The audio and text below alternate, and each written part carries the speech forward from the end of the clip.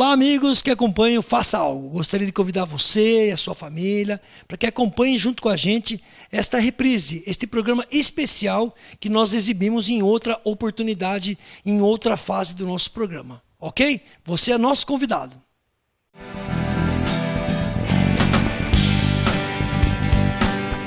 Precisando de quem entende de óculos de verdade? De um lugar onde você encontra grandes marcas, ótimos preços e facilidades na hora de pagar? Você precisa da Ótica Elis. Mas ficou difícil ir até uma de nossas lojas? Não tem problema. Acesse óticaelis.com.br, escolha o modelo e receba no conforto do seu lar. E se precisar de um reparo, aqui você encontra profissionais treinados para realizar esses ajustes. Venha nos visitar. Ótica Elis, uma visão mais à frente. O Café Esquieto está localizado no centro do comércio turístico de Pedreira. Conta com ambiente aconchegante e climatizado, ideal para passar bons momentos em família, amigos e até mesmo para reuniões empresariais. Com cardápio diversificado, oferece cafés dos mais variados tipos, bebidas especiais, salgados e doces. Café Esquieto, localizado na Praça Coronel João Pedro, esquina com a Rua Primo Frasato, número 30, em Pedreira. Bar e Restaurante do Penhé. Almoço de segunda a sábado. Disque entrega 3893-3128. 3893-3128. Comida caseira, marmitex. Toda sexta-feira, vaca atolada. Rua Cananéia 310, Jardim Triunfo.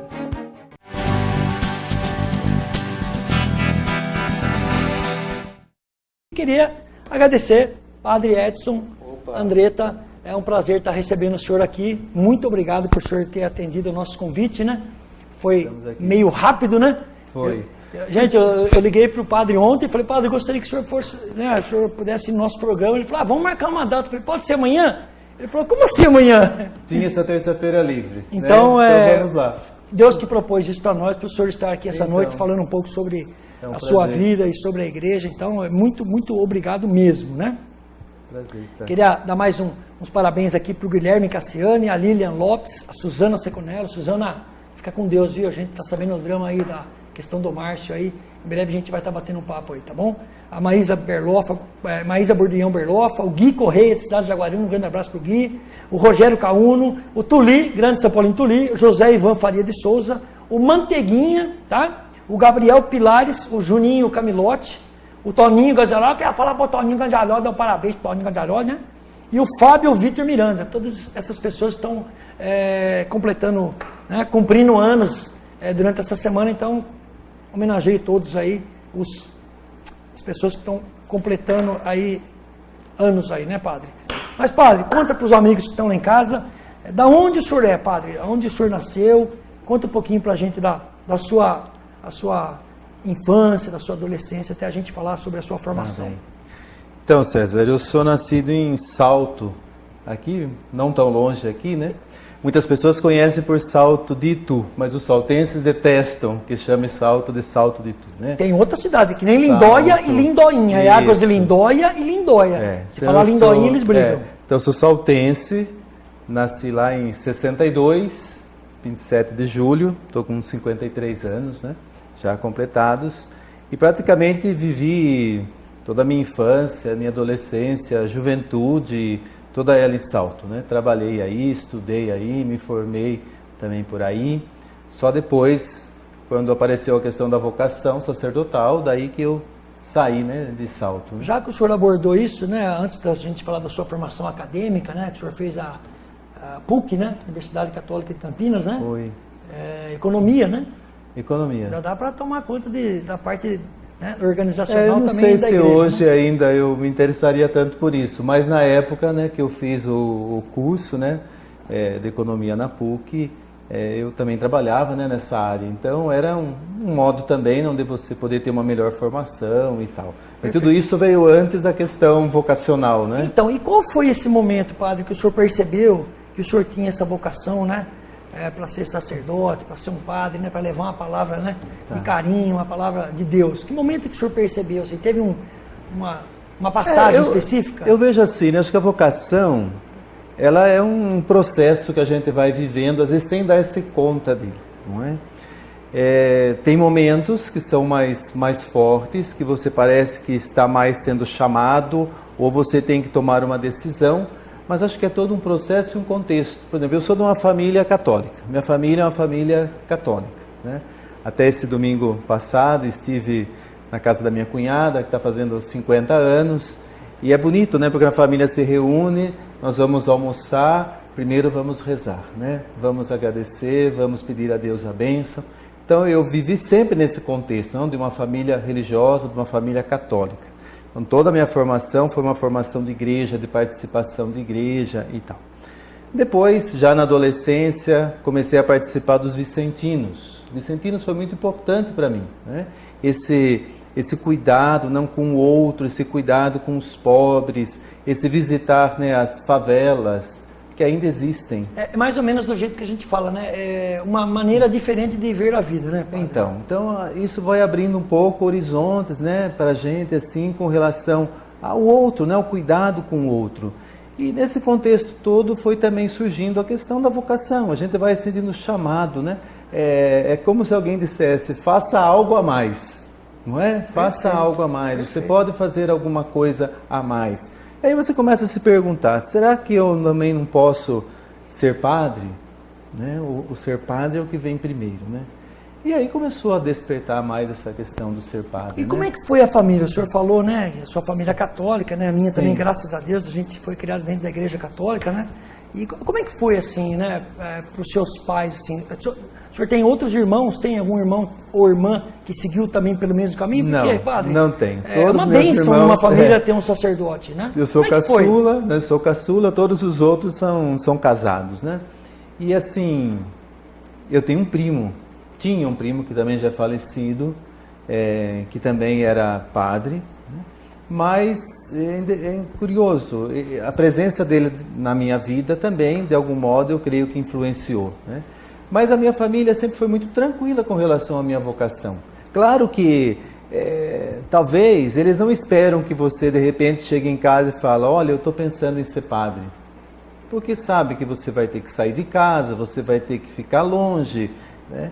Mas eu lembro até hoje, um domingo, lá em casa, o dia que eu falei, né, assim, olha, eu vou sair de casa porque eu vou para o seminário, eu estou pensando em ser padre, né? A primeira pergunta que meu pai fez foi, está faltando alguma coisa aqui na casa, né, para você? Como se a gente estivesse querendo sair de casa porque estivesse faltando algo. Eu falei, não. E a mãe? Né? E a mãe?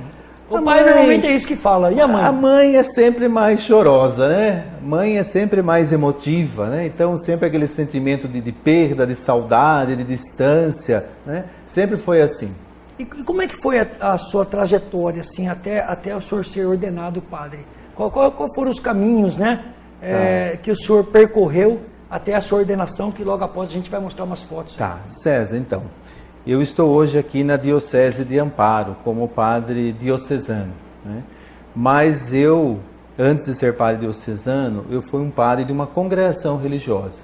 Eu venho da Companhia de Jesus, dos jesuítas. Papa Francisco, né? É um jesuíta. Perfeito. É o primeiro jesuíta papa, né? Então eu praticamente por 23 anos eu vivi com os jesuítas.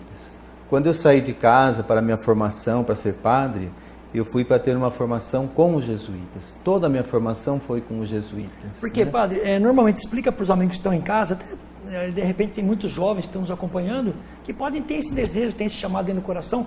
Quais são os caminhos, né? O senhor está falando do caminho jesuíta, mas tem o caminho da sociologia, de outros cursos complementares, né? Tá. Que a igreja, que a teologia, que a igreja exige, né? Isso. Que o sacerdote faz. Faz um parâmetro para a gente. Então, na igreja a gente tem normalmente, né, dois modos de ser padre. Ou você vai ser padre diocesano, vai trabalhar diretamente numa diocese, vai ter uma formação numa diocese. Diocese é um pouco esse espaço, né, territorial onde a igreja se faz presente. Ou você pode ser um padre consagrado, um padre religioso. Normalmente os religiosos vêm de uma congregação religiosa. Tá? Então você tem aí, por exemplo, os jesuítas, os franciscanos, os dominicanos, os beneditinos. São congregações fundadas, né, por alguém com uma experiência de Deus. No caso da Companhia de Jesus, os jesuítas, Santo Inácio de Loyola, que fundou esta congregação, né? E, então ela tem uma formação basicamente igual dos diocesanos com relação à formação da filosofia e da teologia, mas tem aquilo que é específico da sua consagração. Perfeito. Né? Temos um momento aí. Isso. Eu assisti, padre, não sei se seu colega também, muito meu amigo, acompanha a gente sempre lá de Itapira, o padre Zé Eduardo Sertório. Sim. Quando ele veio para a Pedreira, né? Tá. É a primeira paróquia que ele assumiu aqui, hoje a gente nutre uma amizade ainda muito boa entre nós, e eu me lembro da ordenação dele, né? Essa é uma foto da minha ordenação. Importantíssimo aí, né? Isso. 25 de julho de 98. 25 de julho. De 98. Véspera da nossa padroeira, quase no dia da nossa padroeira aqui. Isso, que é 26. 26 de julho. E o meu aniversário é 27. De julho? De julho, bem próximo. Quase que o senhor foi ordenado no dia do seu aniversário. Na verdade, o senhor ganhou um presente antecipado, né? Isso. Nós ganhamos, a comunidade ganhou, né? Aí também na ordenação, quando você canta lá a ladainha, né? Você fica prostrado, é um gesto de entrega. É uma cerimônia um tanto quanto bem bonita, bonita e completa, né? Ela é. Muito, que bacana. Muito ungida.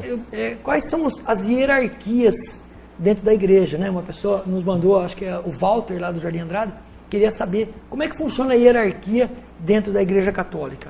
Tá. Na hierarquia da igreja, você vai ter os bispos, né? Depois você tem os padres, ou presbíteros, a palavra mais chique, né? Presbíteros. Começa primeiro como... Né? Como diácono. Como diácono. Eu comecei de cima para baixo, né? Bispos, padres, diáconos. Perfeito. Essa é assim, vamos dizer, a hierarquia da igreja. Alguém pode perguntar, bom, e o Papa, onde entra aí? Bom, o Papa também é um bispo, né? O Papa é o bispo de Roma, né? Quando se elege Perfeito. um Papa... Porém, antes de ser, após o bispo é cardeal, né? Mas os cardeais, eles trabalham no sentido da organização da igreja, de um serviço que se presta à igreja, né? É de um serviço mais de organização, de um serviço de colaboração, de ajuda junto ao Papa, junto ao Santo Padre. Então, né? vamos dizer assim, que o nosso bispo aqui, o nosso novo bispo aqui da cidade de Amparo, aqui da Sim. nossa diocese aqui, ele está diretamente, vamos dizer assim, abaixo na hierarquia do Papa. Isso, né? Enquanto o bispo, ele é bispo como o Papa, que o Papa é o bispo de Roma. Perfeito. Mas na Igreja Católica, sempre o bispo de Roma tem essa precedência, né? Por ser o bispo de Roma como o Papa, né? Ele garante a fé, a doutrina, a unidade, né, da Igreja. Perfeito. Tem uma outra pergunta aqui também, lá da Lúcia, lá do Santa Clara, né? Que o senhor faz missa lá também, né? Santa Clara. Um abraço para a comunidade de Santa Clara. Perfeito. Eu gosto muito da comunidade de Santa Clara. É muito cedo a missão, né, padre? Muito Eu cedo. gosto mais do São José lá, que é às 8h30. É cedo. Dos movimentos de pastorais que a igreja tem, qual que o senhor, assim, eu não vou dizer qual que o senhor tem mais apreço, porque eu estaria sendo incoerente com todos os movimentos, mas qual, assim, que o senhor destaca, que tem uma ação, assim, segundo a Lúcia aqui, bem efetiva, assim, claro que cada um é de uma área, tem dos jovens, tem da família, tem... Sim. Qual que o senhor, assim, destaca? Ô César, a igreja ela necessita de muitas mãos, não é? De muitos trabalhos, de muitas pastorais. Eu me identifico muito em qualquer pastoral, quando a pastoral ela trabalha no sentido da evangelização das pessoas, não? Assim, de levar as pessoas a viver, né, o evangelho. Você dizia no início aí do programa que talvez no mundo de hoje falte muito a presença de Deus, não é? Então, eu sinto também muito as pessoas numa busca dessa experiência de Deus, uma busca de espiritualidade, né? Então, eu vejo muito assim, para mim, eu me identifico muito quando eu posso falar, né, para as pessoas, ou quando eu posso colaborar no sentido de ajudar as pessoas a viver uma espiritualidade, sabe? A ter uma experiência de Deus, a encontrar-se com Jesus Cristo. Isso para mim é muito importante. Perfeito. Né? Mas é verdade isso, padre. A gente estava conversando aqui antes de iniciar o programa, quando você faz um colóquio, né? Ou você faz um ECC, você sai de lá transbordando de alegria e de ouvir coisas maravilhosas, de participar realmente. E aí você acaba no seu dia a dia falando muito sobre o assunto, as pessoas até te olham meio estranho, né? Isso. Porque não é um assunto... que parece muito moderno, né? Então Mas você, quando você faz uma experiência de Deus, uma experiência espiritual, isso faz diferença, né, para a sua vida, entende? E é normal, então, que você se transforme também desde dentro, não, você se torna diferente, né? Perfeito. Mas uma diferença para melhor, não é? Para ser algo melhor, né? E eu Eu adoro muito isso, né, de ajudar as pessoas a serem melhores. Muitas pessoas me ajudaram a ser melhor, né? Tá bom. E como que funciona o trabalho do senhor, além do senhor, né, estar aqui na nossa paróquia, na Matriz Santana, o senhor também é reitor lá do seminário. Como é que funciona, o que consiste o trabalho do senhor lá? Então, o reitor é alguém responsável pela formação dos seminaristas. Nós temos aqui no seminário 2 etapas que convivem na mesma casa. A etapa da filosofia e a etapa da teologia. Poderiam ser seminários distintos, mas a nossa diocese não é uma diocese tão grande, o número de seminaristas não é tão grande para que houvesse essa distinção. Então, convivem na mesma casa seminaristas as 2 etapas. O reitor é alguém que tem que cuidar, né, da formação dos seminaristas nas várias dimensões, porque no seminário não é só uma questão de estudo. Então, eles fazem, por exemplo, filosofia e teologia, é uma dimensão importante, essa formação doutrinal, formação intelectual.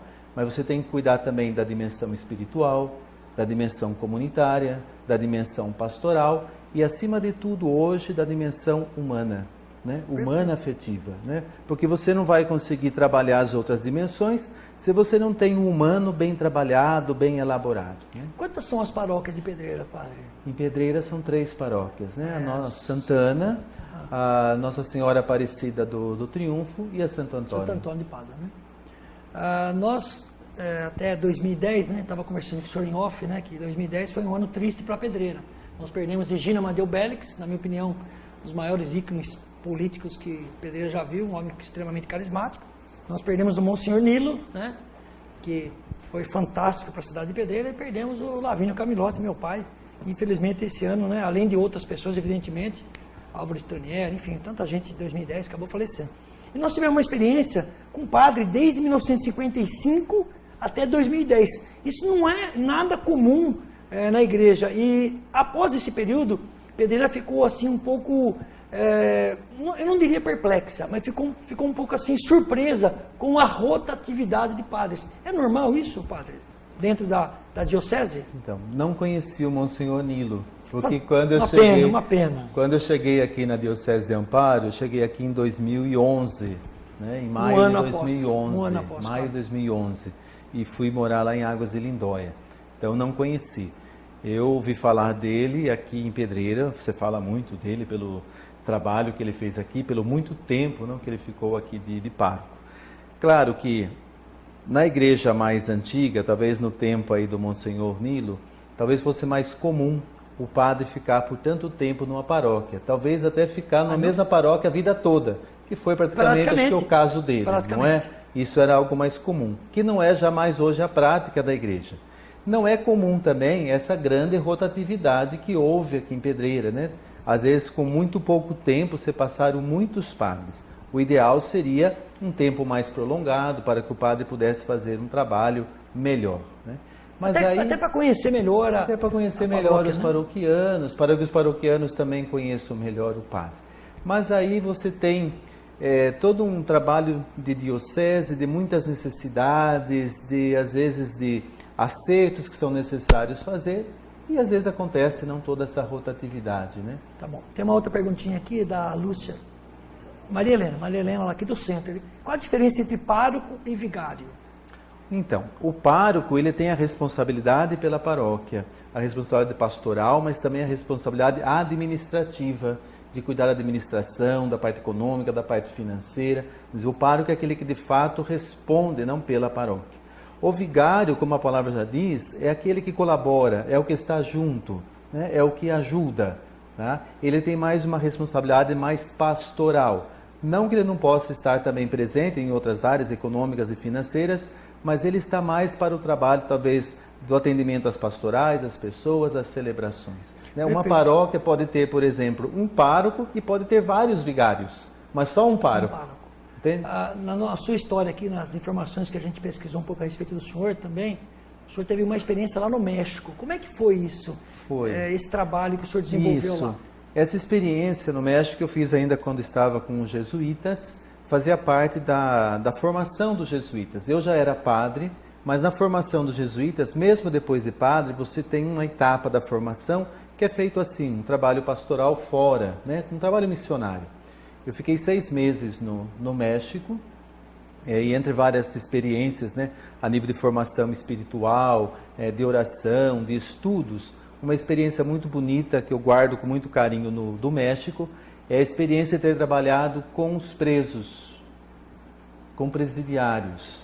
E uma experiência muito diferente porque era uma ilha lá no Pacífico, Islas Marias, era uma colônia federal de presos. Eram vários acampamentos na ilha e os jesuítas tinham uma paróquia nessa ilha. De modo que cada comunidade onde os presos estavam era uma comunidade da paróquia. Fiquei lá 2 meses nesse trabalho, fiquei um tempo no Natal, Advento e Natal, e voltei depois Quaresma e Semana Santa. Muito bom. O senhor teve também uma passagem aí, vamos dizer assim, jogador de futebol, a maioria dos jogadores de futebol tem 2 sonhos, né? Jogar no Barcelona, na Europa, né, João? E vestir a camisa da seleção. Sim. Imaginamos nós, leigos, que a maioria dos sonhos dos padres, qual é? Ir a Roma. Ir a Roma. Estar em Roma, trabalhar em Roma. Como é que foi essa passagem? Ir a Roma e ir a Jerusalém. Perfeito. Eu fui o ano passado, pela primeira vez na vida. Como é que foi essa passagem em Roma? Conta para os amigos que estão acompanhando. Roma foi um período de estudo, né? Eu fui para estudar, fui para fazer uma formação para trabalhar como formador, em seminário, como reitor, exatamente na função que eu estou hoje, né? Fiquei 1 ano em Roma. É uma experiência muito bonita, César. Você morar em Roma, você ver o movimento todo de igreja. Roma é o universo, né? Porque vem ali gente de todos os lugares do mundo, vem visitar a cidade, vem por causa da Igreja Católica, ou vem pela cultura, né, religiosa. Foi um tempo muito bonito. Quando o senhor esteve lá, já era o nosso Papa Francisco, esse abençoado? Não, quando eu estive lá, ainda estava no final o Papa João Paulo II. João Paulo II, né? Estive lá em 2002, 2003, por aí. Perfeito. Né? Falando em Papa Francisco, uma pergunta aqui do Roberto, lá do Barbim. Qual a sua visão sobre o nosso Papa Francisco, né? Assim como um todo, né? Já que, na minha opinião, ele é um abençoado, né? Assim, eu confesso para o senhor, viu, canal aberto aqui na SRTV, que eu não sou de rezar muito, viu? Mas para ele eu rezo uma Ave Maria, um Pai Nosso todo dia pela saúde dele, porque ele está promovendo grandes transformações, não só em Roma, dentro da própria igreja, da Igreja Católica, mas em todo o mundo, vamos dizer assim, com a sua mensagem de bondade, de fé e até de modernidade, vamos dizer assim, né? O que o senhor acha? Nós temos tido nos últimos anos na igreja papas muito santos, né? São João Paulo II, que já é canonizado. Perfeito. Depois o Papa Bento XVI, hoje Papa Emérito, e agora o Papa Francisco. Eu gosto muito do Papa Francisco pela sua simplicidade e pelo modo direto como ele diz as coisas. O diretor está até falando que é o nosso primeiro Papa das Américas, é isso? É o primeiro, porque normalmente todos os papas eram todos do continente europeu, né? E tal. E muitos brasileiros torceram um pouco o nariz quando falaram que era um Papa argentino. Que era um Papa argentino, e hoje né? Ele conquistou, acho que plenamente o coração dos brasileiros. Eu acho que ele tem essa simpatia, ele tem esse modo simples de falar, de se comunicar, de falar das coisas do dia a dia, né? E que estão presentes na vida das pessoas, seja de qualquer lugar, de qualquer cultura, né? E de modo muito direto, não de tocar nos assuntos, né? É um pouco o seu estilo. Recentemente, inclusive, ele saiu, acho que dos seus estudos ou dos seus trabalhos internos e cruzou toda a Praça São Pedro e foi participar das confissões dos jovens. Isso. Havia um mutirão de confissões, né? Não é muito comum, né, padre? Assim, não é. Ele tem umas atitudes muito simples, né? Porém, que devem comprometer todo o processo de segurança lá do Vaticano, né? Atitudes tão normais. Perfeito. Não é? Tão normais, mas que parece que para um Papa parece que foge da normalidade. Nós não tínhamos essas informações que outros, né? Ele parece também que continua se alimentando, almoçando, jantando, tomando café, no mesmo refeitório em que a maioria... Essa opção por viver, né, de um modo mais junto das pessoas, talvez de um modo de estar mais comunicação. Não sei se é um modo mais jesuíta, acho que tem muito da personalidade dele também. Perfeito. Né? Eu queria que o senhor passasse um conselho para os amigos que estão acompanhando a gente. A SRTV tem uma abrangência aí em toda a região, né? O YouTube é para o mundo, né? E então eu queria que o senhor passasse uma mensagem para os jovens que estão com vontade, né? que gostariam de participar. Eventualmente eles podem fazer uma visita lá no seminário, bater um papo com o senhor, né? Claro. Tentar sentir essa chama, né? Esse chamamento, né? Para a vida sacerdotal. Eu queria que o senhor aproveitasse para mandar essa mensagem para os jovens. O jovem ele tem muito desejo, assim, tem muita generosidade no coração, né? O jovem tem desejo de fazer algo, às vezes não sabe muito o que fazer, por onde ir. Eu acho que isso é uma busca, todo jovem deve buscar, seja a busca por uma profissão, seja a busca por fazer algo para o outro, seja a busca como um trabalho voluntário, esse sair de si. O jovem tem muito isso, né? De sair de si. Pode ir por caminhos certos, pode ir por caminhos errados. A gente sempre espera não, que o jovem possa escolher um caminho bom, né? Um caminho de dedicação de vida. A vida religiosa, o seminário, a igreja está sempre aberta para os jovens. A igreja adora os jovens, o Papa Francisco adora os jovens. O seminário está aberto não para acolher o jovem que queira conhecer, que queira ter um momento com os seminaristas. As nossas igrejas estão abertas para acolher o jovem. Então, se você é jovem, procure Deus, procure encontrar-se com Deus, procure crescer, né, como pessoa, procure crescer, né, na sua vida, na dedicação ao próximo. Então, eu vou pedir para o senhor, né? Claro que o senhor não veio aí com os aparatos todos, né? Veio com as vestimentas que vai fazer a missa logo após, né? Atender aqui o pedido aqui do Paulo Betanin, né? Que pede uma bênção para a pedreira, e para o Nelson Boiago também, que pede uma bênção para ele, para a família dele, para toda a nossa cidade, né? Gostaria que o senhor pudesse mandar uma palavra especial de carinho aí para a nossa cidade, que está tão precisada, né? Não só a nossa cidade, como o nosso país, né? O mundo está precisado de Deus, viu, padre? Isso é fato. Acho que isso vocês devem conversar muito. Pedindo aí a bênção, né? Para a gente poder então dar a bênção. Eu creio que nós todos já somos muito abençoados, mas que Deus possa continuar abençoando todos nós, que possa dar a todos nós a paz e que possa dar no nosso coração um desejo da gente procurar fazer sempre algo melhor, algo pelos outros. Que o Senhor possa abençoar a todos também que estiveram presentes nesse programa, a vocês que estão aqui, a você, César. Que Deus Todo-Poderoso vos abençoe, em nome do Pai, e do Filho, e do Espírito Santo. Amém. Amém.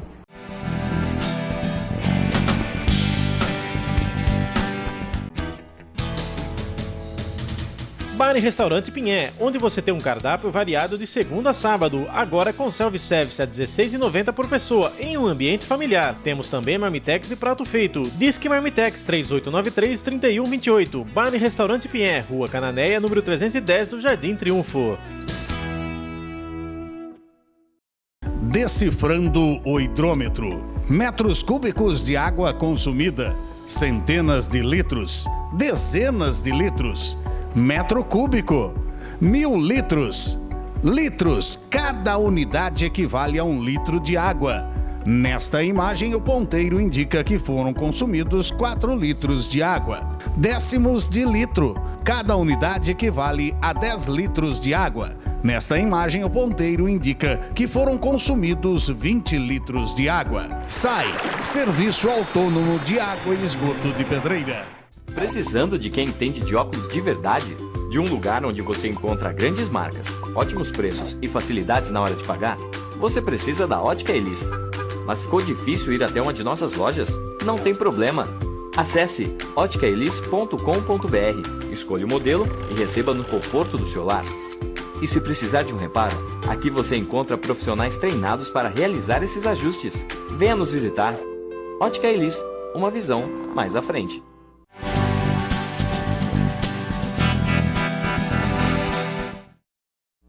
Estamos de volta com o nosso programa Faça Algo, ao vivo. Gagueira, como é que está? Cerola, queria agradecer demais, gente. Eu gosto muito do projeto, né? A gente já viu o filme, já ouviu falar de histórias, e quando o Marcelo conseguiu entrar em contato com vocês, nos trouxe muita alegria de estar com vocês aqui hoje, né? Sim. Alegria? Tem tudo a ver, né? Sim, tudo a ver. E a gente também está muito contente de estar aqui, de fazer uma viagem maravilhosa até a cidade de Pedreira. Que maravilha, viemos com uma estradinha, assim, um lugar muito aconchegante, muito gostoso.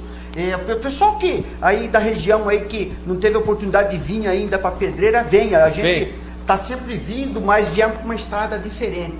Maravilha. Vocês vieram de onde? Viemos de Limeira. Limeira. Aí passamos em Olambra, dali de Olambra, aí depois pegamos uma outra Você veio numa vicinal ali de Arthur Nogueira, saiu em Olambra, de Limeira e acabou saindo aqui em Pedreira. E veio vindo até que chegamos aqui. E estamos muito contentes de estar aqui, viu? Maravilha. Camilhote? É motivo de muita alegria pra gente poder estar conhecendo pessoas novas, né, Serói? Eu gostei da parte do camelote que vocês falaram no vídeo que vocês me mandaram. Quando eu ouvi esse nome, eu falei, ele só pode ser um cavaleiro da tábua redonda. Exato. Será? César Camillote. Gostei dessa. Então vamos lá, vamos bater um papo aí. Como é que começou a profissão? Como é que vocês tiveram essa ideia? Vai. Os Cirurgiões da Alegria nasceu quando eu tive a oportunidade de conhecer o trabalho de palhaço no Hospital Santa Casa, lá em Limeira, com o Grupo Libertadores do Riso. E quando eu vi esse trabalho acontecendo, eu falei, eu quero ter isso como profissão, eu quero trabalhar com isso, né? É assim quando a gente faz uma coisa que a gente ama e que a gente gosta de fazer. E aí tive essa oportunidade de ter esse primeiro contato. Isso foi no ano de 2002. Em 2003 a gente conheceu o Wellington Nogueira, dos Doutores da Alegria, nossos primos da Captar, e aí ele começou a ministrar cursos para o pessoal. Já estamos falando de 15 anos então nesse trabalho. Exato. Você também, Zerola? É muito louco, né? Eu comecei na mesma época que ele, mesmo não sendo do mesmo grupo. Não é maluco isso, César? Ah, é? Vocês se conheceram em outra? Nós conhecemos lá nos Doutores da Alegria, lá em São Paulo. E foi de lá que aí, trabalhando voluntariamente, aí chegou um determinado momento, o Wellington Nogueira propôs da gente fazer um projeto piloto no Hospital Mário Gato, em Campinas, e o projeto era 6 meses. E foi aí que a gente acabou ficando 22 meses lá, e isso possibilitou a gente realmente, junto com o conhecimento dos doutores, junto com as oficinas, a gente poder realmente falar, a gente quer isso como profissão. E aí fomos conhecer os Doutores da Alegria em São Paulo. Perfeito. E vimos essa possibilidade de ter a arte como profissão. E foi aí que no ano de 2006, ficamos 9 meses em gestação. Nasceu. E aí nasceu no dia 18 de outubro de 2006, nasceu os Cirurgiões da Alegria, na cidade de Limeira, desenvolvendo o trabalho no Hospital Mário Gatti, lá em Campinas. Seria um braço, como você falou, dos Doutores da Alegria, o mesmo conceito, no interior. Exato. Na realidade, a gente bebeu da fonte dos doutores, e aí depois, quando nasceu os Cirurgiões, já não mais o trabalho voluntário, mas um trabalho profissional. Que aí a gente se profissionalizou nessa arte, né, tirando o DRT, tirando toda a parte documental. Perfeito. E hoje a gente trabalha como palhaço de hospital. Esse trabalho que vocês estão fazendo, que vocês fazem, que os Doutores da Alegria também fazem, ele se projetou, né, vamos dizer dessa forma, no mundo inteiro. Acho que nós temos um trechinho daquele filme Patch Adams, né? E temos o aí, amor diretor? é contagioso. Tá na agulha aí? A gente soltar só um pedacinho aí. Pode ser? Eu estou resfriando. Só um pouquinho. Meu nariz está vermelho? Ah, está. Está vermelho. O que é isso? Você não sabe? Vamos descobrir. Táxi!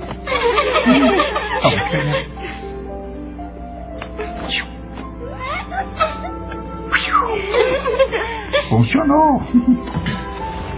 Vamos ver. O que é isso aqui? O que vamos fazer com isso?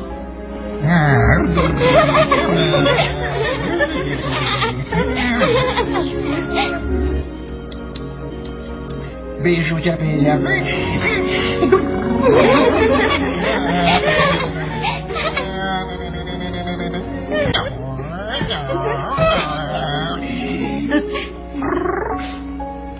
Olá. Posso me sentar?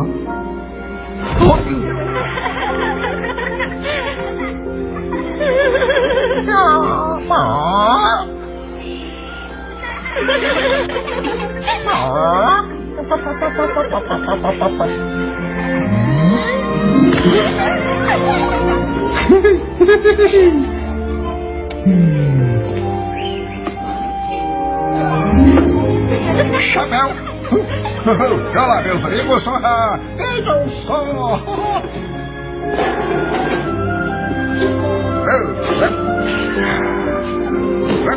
Vamos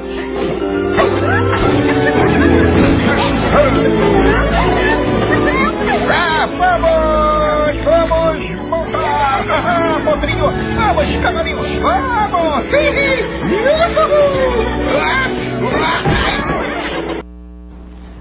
Bacana, né, gente? Aí Robin Williams, né, nesse filme Pat Adams, né? O Robin Williams que morreu recentemente, né? Mas, sabe, transformou aí esse filme num símbolo, né? Tem uma filha do meio minha que faz medicina, eu falo que cada estudante de medicina, quando se forma, acho que tem que receber, né? Uma cópia desse filme aí. Como é que como é que é o comportamento dos outros profissionais da área de saúde, Cerola, com vocês? Como é que funciona isso daí? Como é que é essa relação? Pois bem, a gente tem que, primeiro, a gente está indo num lugar que é deles, né? Eles que trabalham lá. Então, primeiro, é um ambiente de respeito, a gente respeita muito o trabalho deles, então tem um trabalho de conquista, porque eles precisam saber o que a gente faz, e a gente precisa entender o que eles querem. Mesmo vocês, assim, mesmo esse projeto sendo famoso, todo mundo tem consciência, tem a primeira abordagem, tem que ter uma conquista de espaço, né? Imagina assim, ó, você está trabalhando lá todo dia e enfermeiros trabalham com coisas sérias, né? Tem que aplicar injeção, tem horário, tem que dar banho nos pacientes e tal, tudo tem um horário regrado, tem horário de almoço e tal. E de repente entra 2 palhaços no setor. E a gente tem que mostrar para eles qual é a nossa intenção. Primeiro a gente faz umas visitas de cara limpa para eles entenderem qual que é, né, a proposta, e depois a gente vai assim. E aí tem esse entendimento o que esses dois querem fazer aqui? E será que eles vão me atrapalhar ou não? Aí é um trabalho de conquista, porque a gente tem que mostrar que não é para atrapalhar, na verdade é para estar junto, né? Nós somos cirurgiões. No trecho do filme a gente viu que ele fez um pedaço aí com crianças, né? Sim. Então eu imagino que deva ser assim, indescritível o que vocês sentem, né? Acho que não dá para reproduzir em palavras. Eu queria que você falasse como é que é essa relação com as crianças especificamente.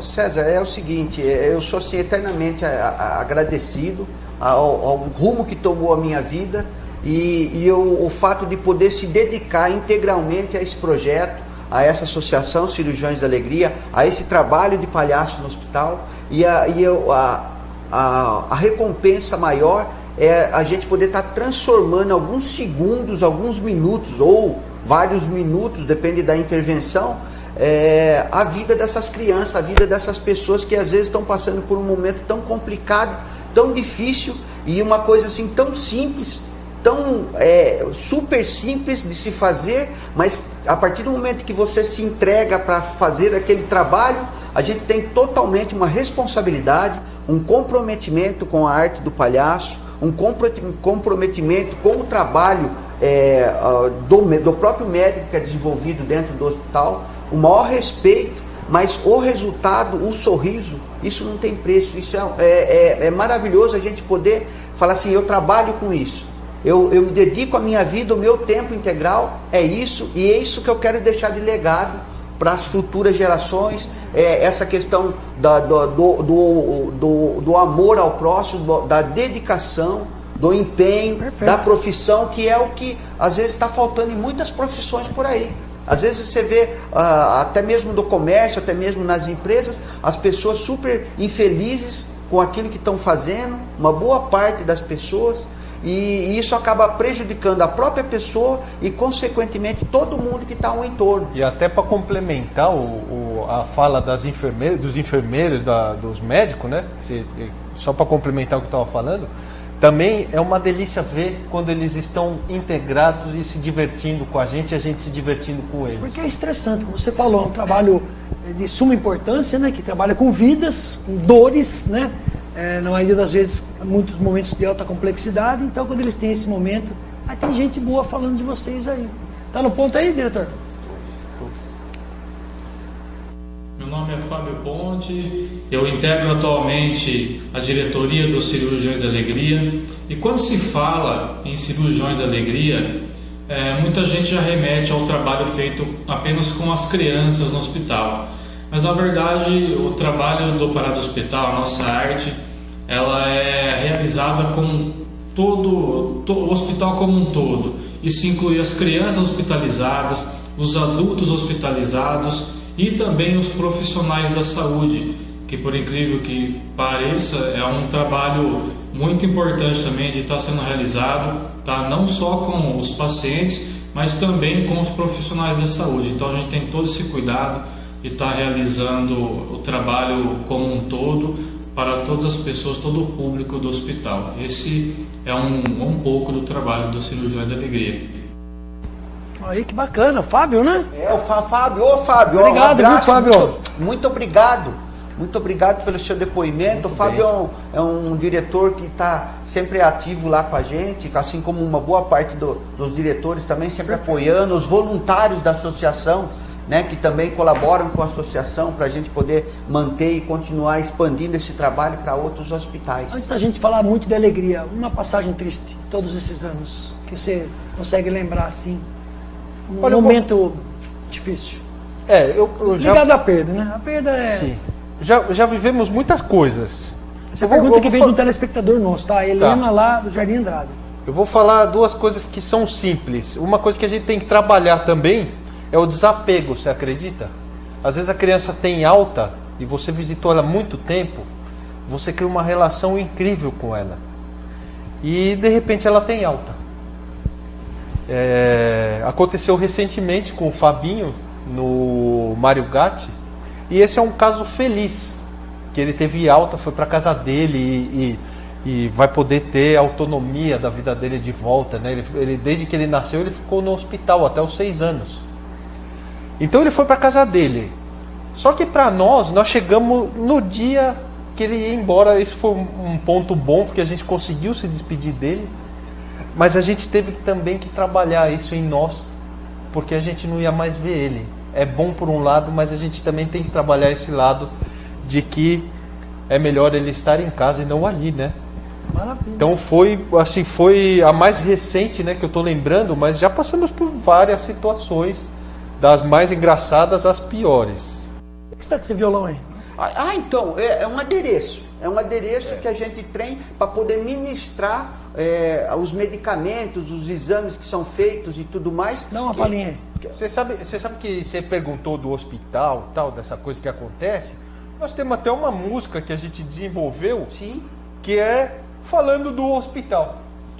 A gente nessa convivência, nós fizemos uma música. Uma música que fala, ela chama Raio-X do Hospital. Um pedacinho então, quero ver. Um pedacinho, vamos cantar só um corinho pra ela. São 4 coisas de cada área do hospital que a gente fez para homenagear, né?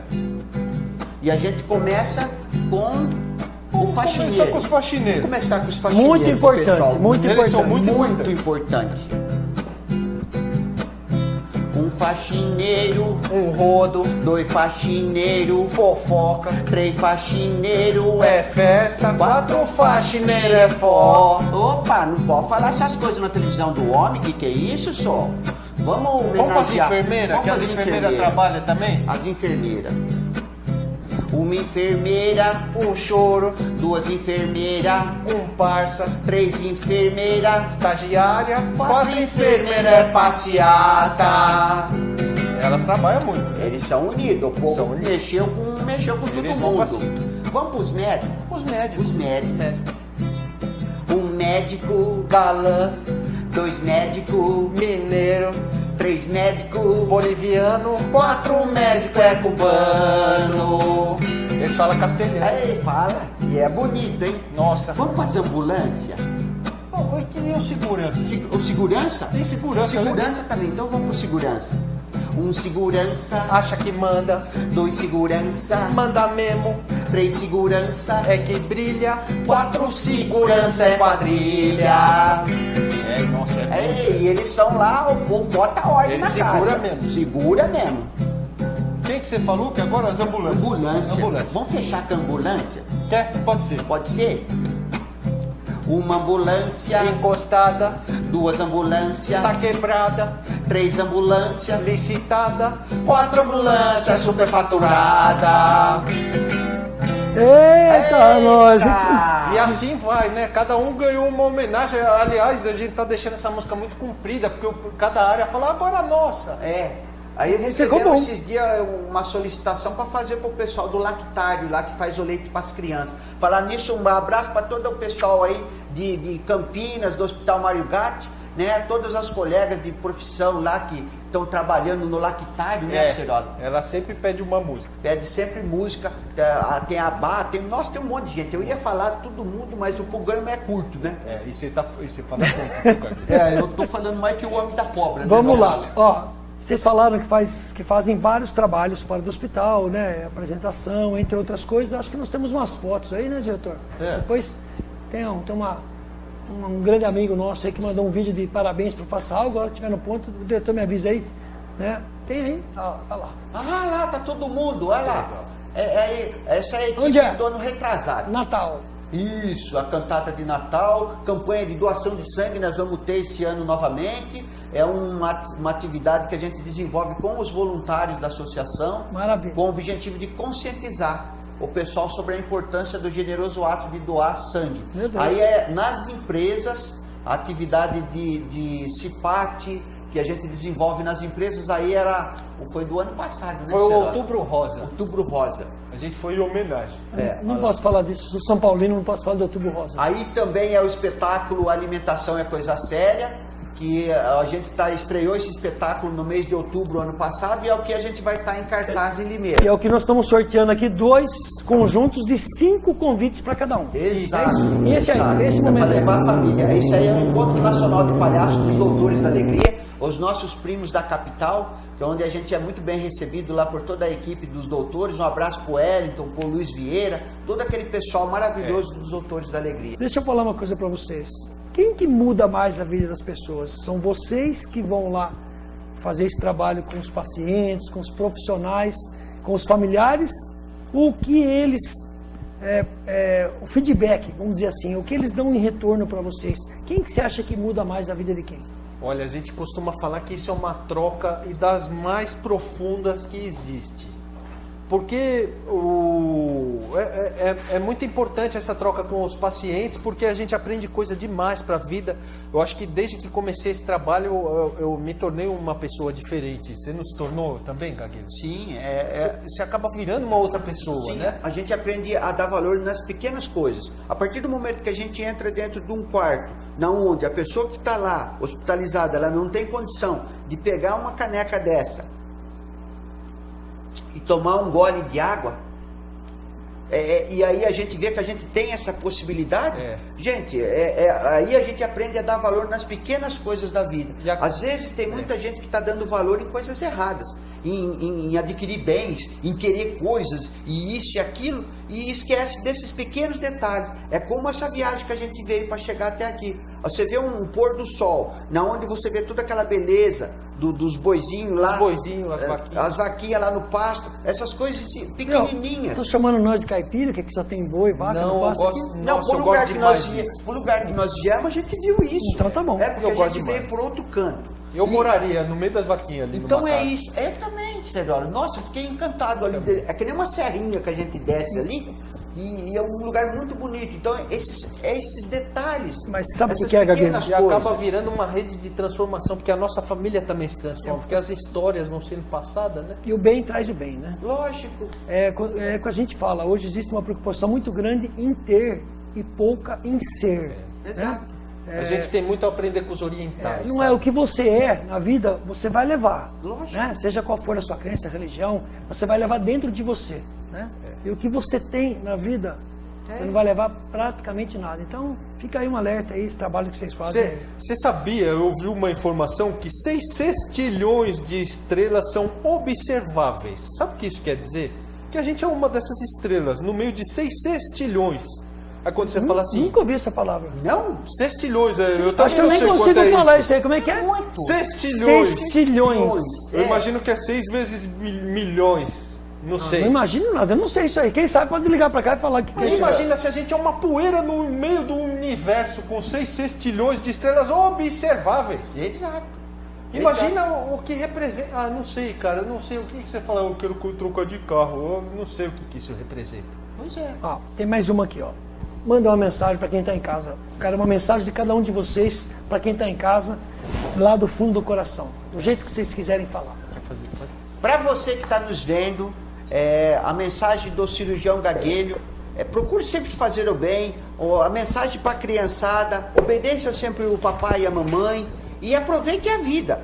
Você aí que está trabalhando dentro de uma empresa aí, que não está muito feliz com aquilo que você está fazendo, procure ser feliz, a gente só tem uma vida.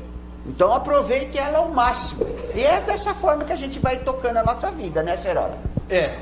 Eu achei que sua mensagem foi boa. Foi? Foi. Você gostou? Gostei. Então faça a sua. Eu queria falar uma coisa para os jovens. Eu tenho visto muitos jovens por aí, sabe? E o celular é incrível, mas as pessoas são muito mais. Hashtag pensa nisso.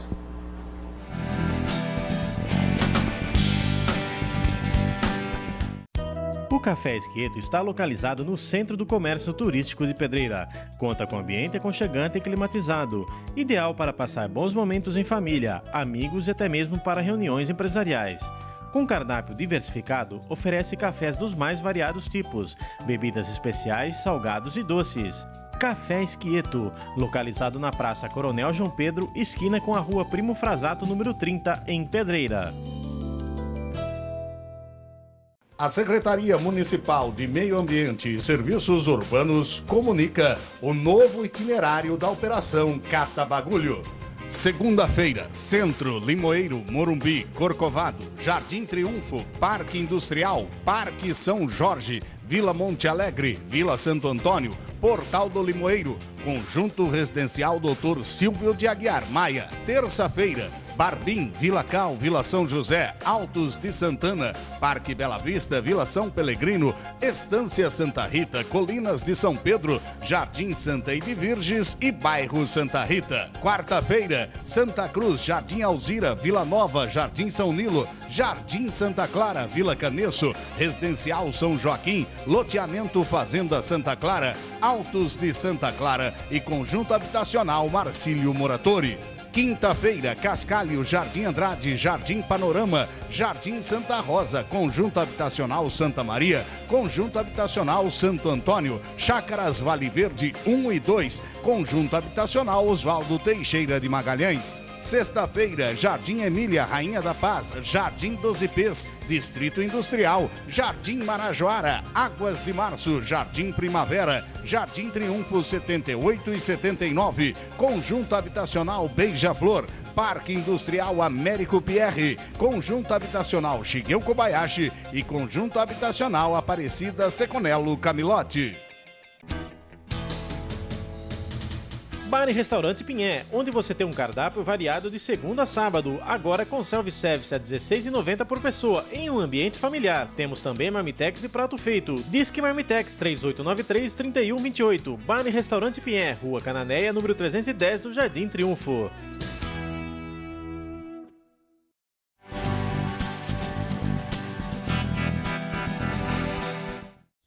Espero que vocês tenham gostado desse programa especial que nós escolhemos para reprisar, ok? Um grande abraço a vocês, a família de vocês e até a próxima semana com mais um Faça Algo.